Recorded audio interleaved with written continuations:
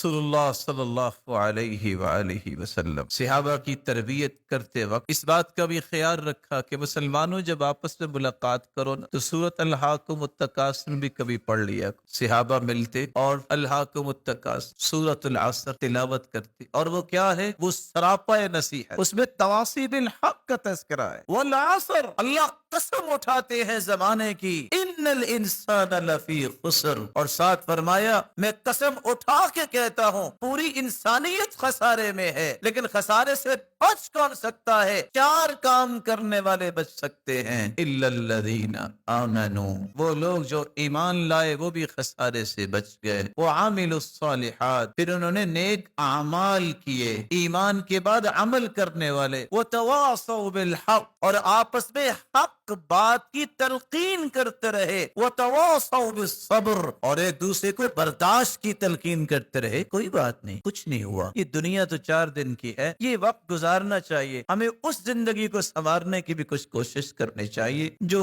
ختم ہونے والی نہیں ہے۔ تو ایمان اور عمل صالح کے بعد حق بات کی تلقین اور نصیحت کرنا، صبر کی نصیحت اور صبر کی تلقین کرنے والے لوگ اس قدر اللہ کے ہاں محبوب ہیں، اللہ ان کو خسارے والے لوگوں سے جدا کر دیتے۔